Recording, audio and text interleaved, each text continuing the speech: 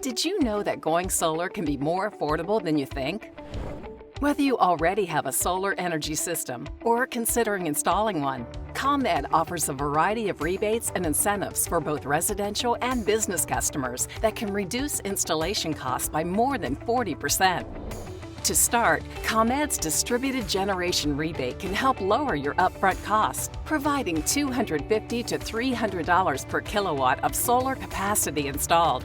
Customers can also benefit from solar renewable energy credits, an Illinois incentive, which provides an incentive based on the environmental benefits your system produces. With ComEd's net metering program, you will accumulate credits when your solar panels are producing more than you're using. These credits will offset energy that you're using from the grid when your panels are not producing as much, like nighttime or winter. Throughout the day, your power source will shift between the grid and your solar panels depending on available sunlight.